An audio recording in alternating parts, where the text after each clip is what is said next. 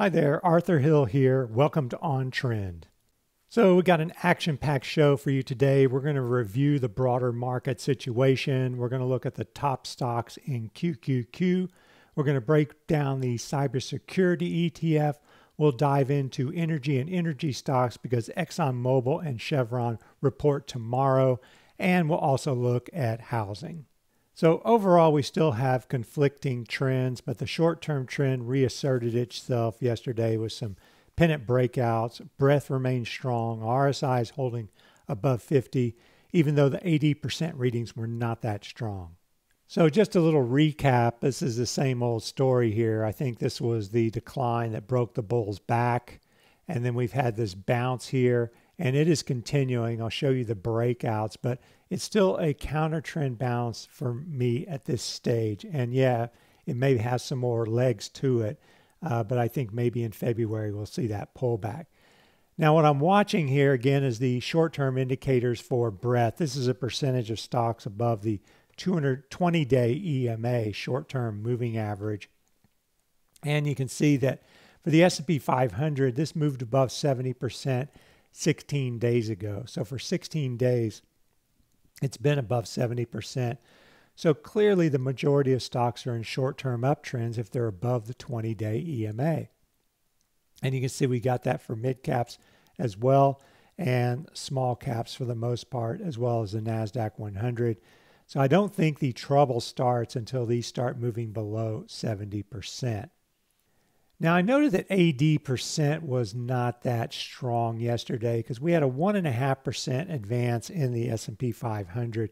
That's a pretty strong advance in the broader market index.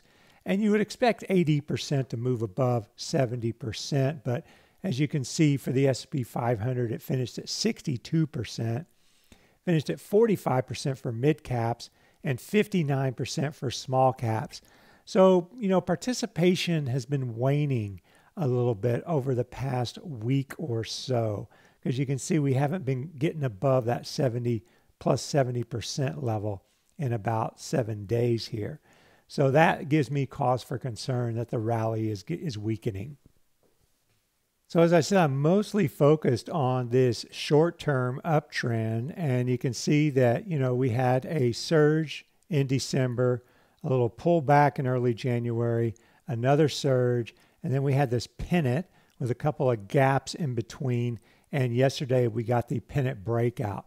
So, technically, yeah, that calls for a continuation of this mid-January advance and targets a move up to the 280, 278, 280 area challenge to those December highs.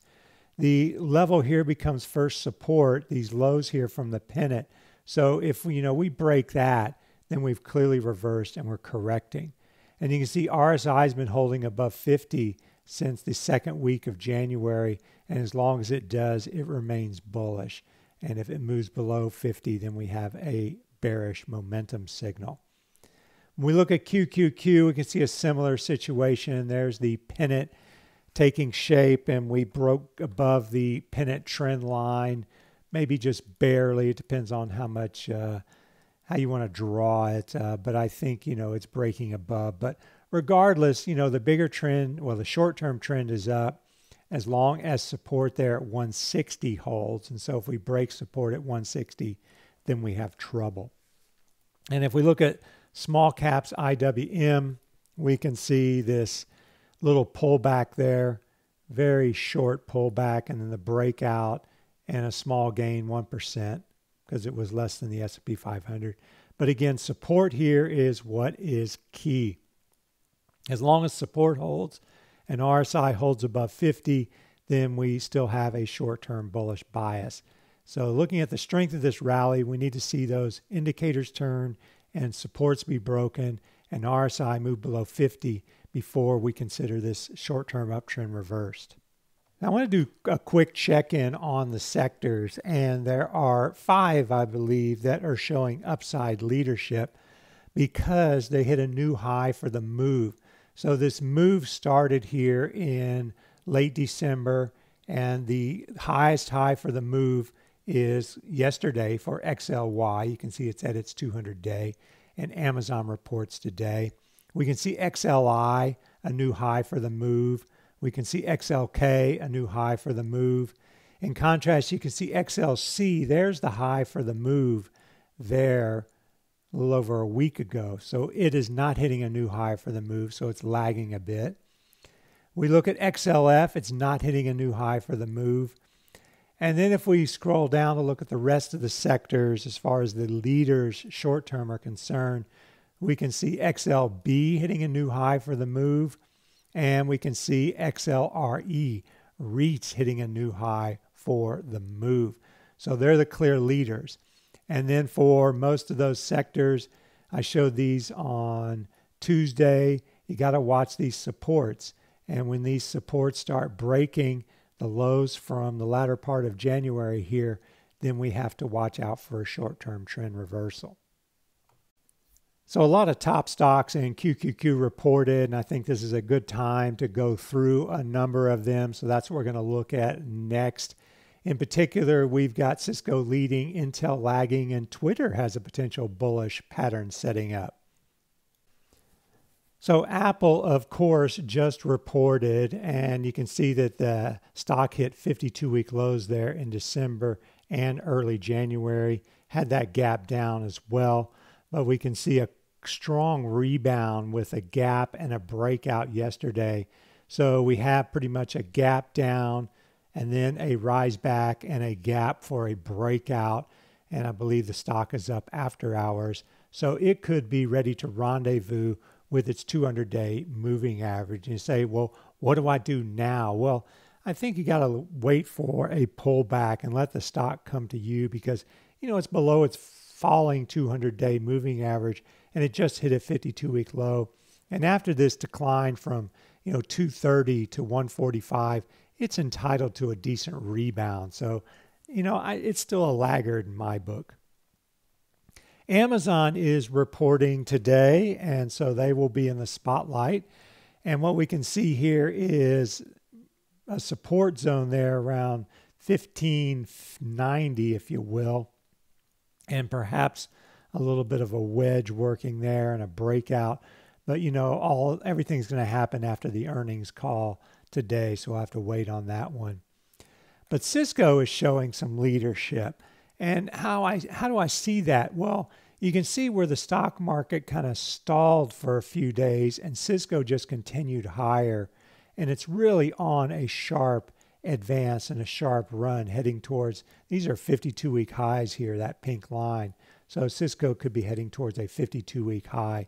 And I believe Cisco reports in the middle of February. We look at Facebook. Facebook's kind of like an Apple in my book because, it had a big decline. It hit 52-week lows here. And so the 200-day moving average is falling and you're well below it.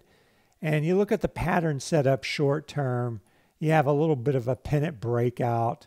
And so that argues for further strength. But, you're probably going to hit resistance there around broken support and resistance in the 200-day around 167. So, it's not a chaseable stock in my book. Google is going to report next week, and they have yet to break the 200-day. But, as opposed to Apple and Facebook, look how much closer they are to the 200-day. And this is a 52-week low, but if you take a weekly chart and you go back on Google, you're going to see a lot of support in that 1,000 area going back. And so that was an important area to watch for Google. And now we have this kind of a wedge pennant thing after the advance here, and we're breaking out. So we'll see Google is coming up to that 200-day and that early December high. Then we look at Intel. Okay, got a big 2% move, but is it a leader? Well, no, it's not because it had a lower high here and it hasn't filled this gap yet. It gapped down. So, it looked like it was breaking out, but it didn't break the December high and it gapped down. So, it's kind of like a nowhere stock right now. I don't see a trend to be talking about here. Pretty much a trading range since August. Microsoft, now, maybe a better picture here, a little bit more volatile than I expect from an old fuddy-duddy stock like Microsoft. But, maybe this is a correction within the bigger uptrend because we're back above the rising 200-day moving average now and had a nice bounce here. Netflix is just above its 200-day. And incidentally, you can use the 200-day to kind of get a relative performance line, if you will, because a stock that's well below the 200-day is clearly lagging. A stock that's above the 200-day is showing some leadership. So here's Netflix. And, you got to like the big surge in the breakout, a sharp little pullback, but now we're starting to turn back up. So Netflix looks more positive. And then we look at Twitter, and I said that there was a potential flag.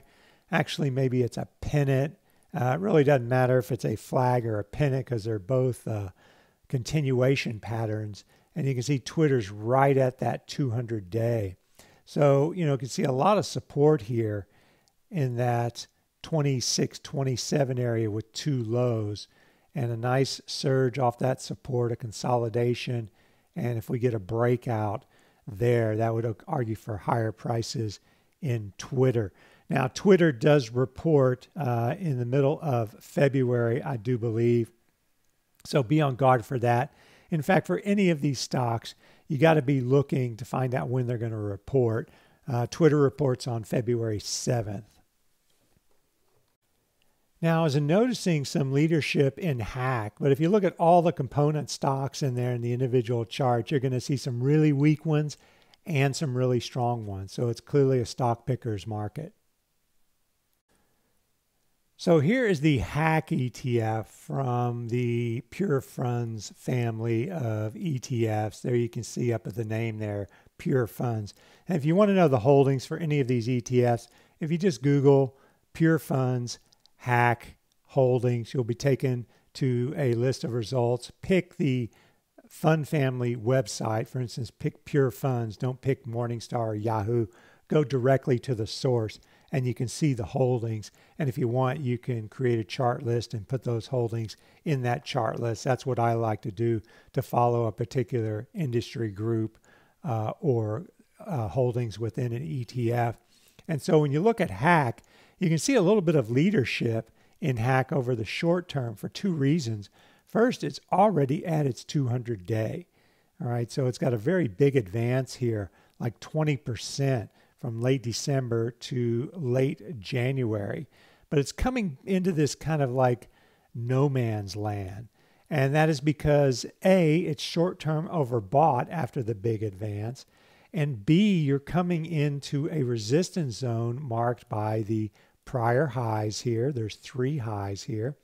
And you've got the 61.8% retracement around 37.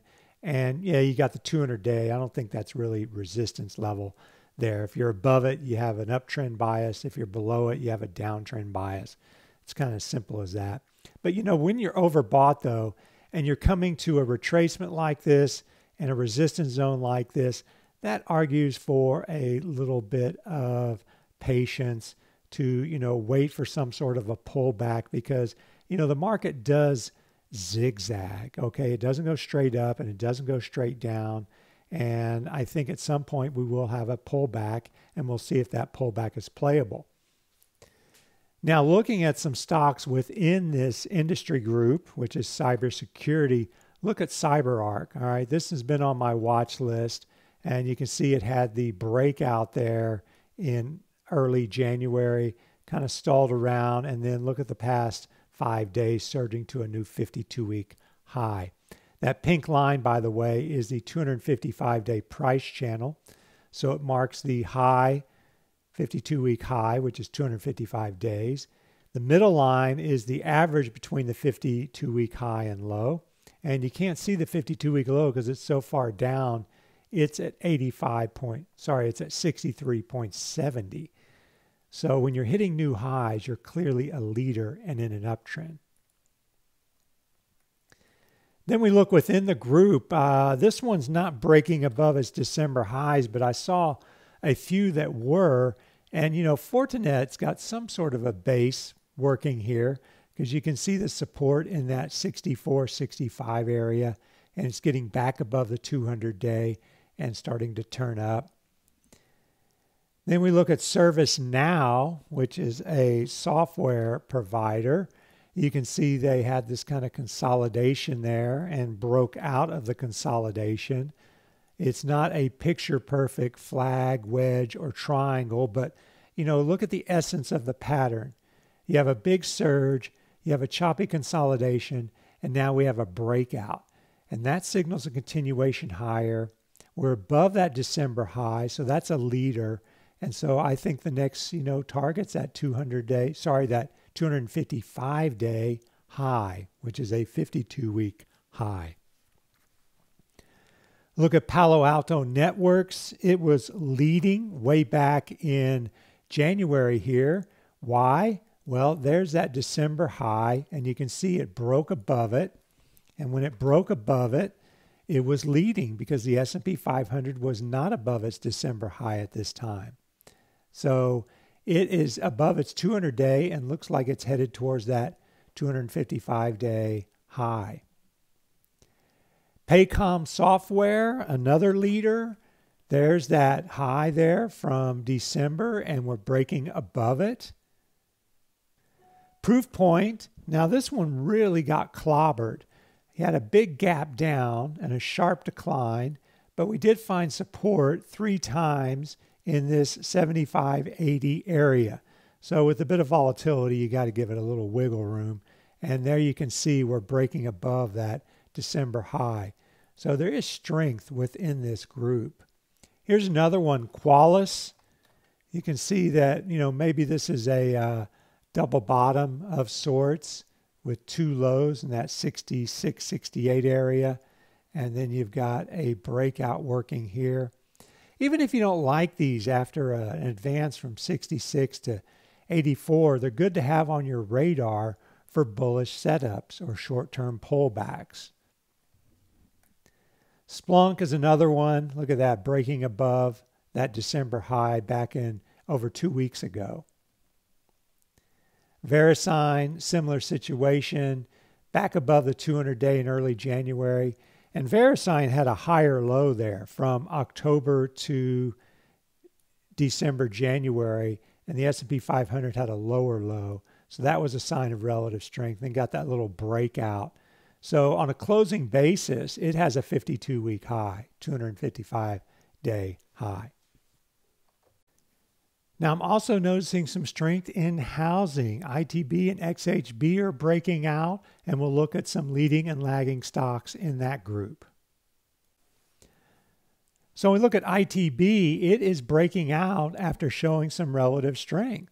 So first of all, what did it do here? Well, it went from a 52-week low to a move above that December high, benchmark high. S&P 500 hasn't cleared that high yet. So that was some short-term relative strength. Then it got the normal pullback, and then it got the breakout there of the flag. So it looks like it is heading towards a test of, possibly, broken support, possibly the 200-day. So, my guesstimate would be around 36 for this move. But more importantly, it's positive for the group housing. This is home builders. You can see a similar pattern of a flag and a flag breakout. And when we look within the group, all right, most of them are below the 200-day moving average. But, we had these higher lows from October to December when the S&P 500 was doing lower lows. So that was relative strength. And then we got above these December highs.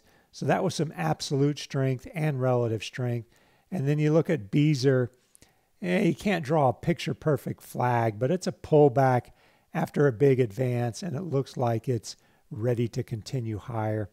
And again, go check the earnings because some of these are reporting soon, so you need to be aware of that if you're interested in these setups. Now, I put DR Horton on here because I think it's the second biggest stock in the sector. Lennar and DR Horton are the 2 big ones in the ITB ETF. And you can see here, maybe we have some sort of a double bottom. And then we got the breakout here above the intermittent high. And even though it didn't hold, we kind of came back to the midpoint of this breakout zone. So you got a surge and around a 50% retracement, and it looks like a pullback, and it looks like we're ready to continue higher for DR Horton. Then we look at Home Depot, which of course you have to include in this because it's one of the more important retail stocks in this group. You got this kind of pullback here and you're breaking out. And I don't see much here because I see some potential resistance pretty close above that breakout zone or where it is now. Here is KB Home and got some sort of a base possibly working here, you know, with some lows around 18, 19. And then you got a break above that November, December high and this pullback. So watch for a break above 21 to get this one back on track on the upside. Here's Lennar, and you can see it was hitting 52-week lows there in October and November and December. So it wasn't holding up better than the market during this period. It did, however, get some leadership with this breakout, and then you got a little pullback and an upturn now. But the point is we're seeing a lot of stocks in this sector moving higher. So there's something going on in this group, I should say industry group. Here is Lowe's, the other competitor to Home Depot, but a couple of lows around 85 for low, a surge, a pullback, and it looks like it's turning up again. Now we're going to turn to energy because two of the big components in XLE are reporting tomorrow, and I'll show you the levels to watch going forward. So before we look at XLE, look at the components on the right-hand side. Exxon Mobil and Chevron account for around 40% of the ETF. Clearly, they are the dominant players in this sector. So you need to look at those two charts if you have any interest in XLE. Now, overall, I'd still be bearish on XLE. That's clearly a big decline. We're well below the falling 200-day moving average. We've had a very nice advance, but it pales next to the prior decline. Short term, I still have a bullish bias because we're above support, so we haven't reversed the short-term uptrend. RSI is above 50, so momentum hasn't turned down. So I would keep that short-term bias until or unless we break below support and RSI breaks below 50. And for that, we'll watch those two stocks, which I'll have after the oil and gas equipment and services SPDR. And again, similar situation, long-term bearish after this big decline, short-term bullish because this immediate trend is still up, support is still holding, RSI is above 50, so I don't get bearish unless you break 10.4 and 50 on RSI. Now, looking at some stocks, I'm going to jump straight to Chevron and Exxon Mobil because, you know, look at Chevron, okay? It's in a downtrend, lower highs, lower lows, and a 52-week low. And you got this big bounce, and this is what we're seeing in a lot of stocks, including those home builders. It seems like the longer-term trend is down, but you've got this short-term advance, and then you got this consolidation after the short-term advance. And that could go either way, really, because, you know, it could be a bull flag or a pennant or something after that big advance. So a breakout there argues for further strength.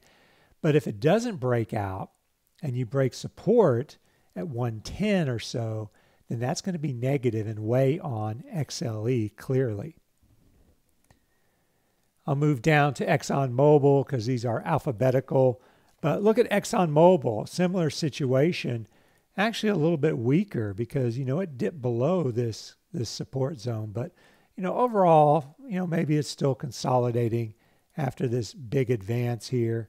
So I would watch those boundaries here. So a breakout there would be bullish at 73 and change. And then if you close below 71, we're back on the bearish track here. So looking at three of the bigger oil service and equipment stocks, this is first Baker Hughes. I mean, this is one ugly chart, all right? First of all, you had this consolidation within a downtrend, kind of looked like a descending triangle. and we broke support and just fell off a cliff there. All right, now short term, we're getting some breakouts and we're holding above support there. So short term, we could have further to go, especially if oil does rally. But it's still a bear market rally because look at this decline. You're entitled to a bit of a retracement here. And you know, a 50% retracement from this decline from 34 to 21, which is around 13 points, would take you up to that 27.5 area. So that's perfectly feasible even for a counter trend bounce. We look at Halliburton, similar situation. I think there's a fundamental shift happening in the oil patch. But there we can see this, consolidation here right now. Maybe it's a bullish pennant because you did have this sharp advance. So if you get a breakout to the upside, then you could have a run back towards that 200-day moving average, maybe around 38. And of course, if you break support here, then all bets are off. And then we look at Schlumberger, which is holding up pretty good. It's not quite an ascending triangle, but you got 3 roughly equal highs and a little rising lower lows there over the last week or so. So it could break out and move higher. But again, these are counter trend advances, so be careful. And I think the market environment could turn rougher in the early part of February. And also watch out for those earnings.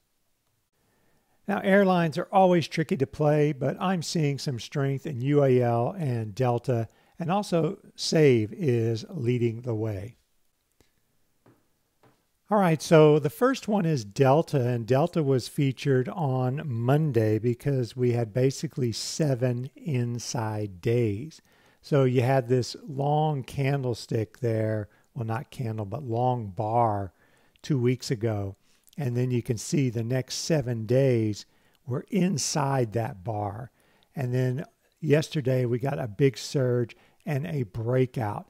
Now, as far as airline stocks, they're hardly ever on trend. They're pretty much choppy animals. And so, you kind of got to play the swings. And I think they're only for short-term traders. I don't see long-term investors interested in airline stocks. But, Delta had this kind of a washout here, and now it's breaking out. So, first target's going to be in the mid-50s there.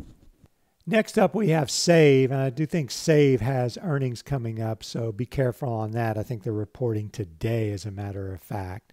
But SAVE is clearly a leader in the airline group. You can see a breakout there, and the breakout zone turning into support, and then we started turning up. So it's one of the leaders and still in an uptrend overall. And then United Airlines is showing some strength and looks like it could be ready to challenge its 52-week high. That's one of the things I do. I look for stocks that I think are in longer-term uptrends. I'm looking for that short-term bullish setup, which could be a pullback and then a breakout. And I look for stocks that have a good chance of hitting a 52-week high in the coming weeks. And I think UAL fits that category because it had a pullback to the 200-day there. Then you can see it had the gap up and it fell back but held this gap, and now it's turning back up. Thanks very much for tuning in, and remember to stay on the right side of that trend.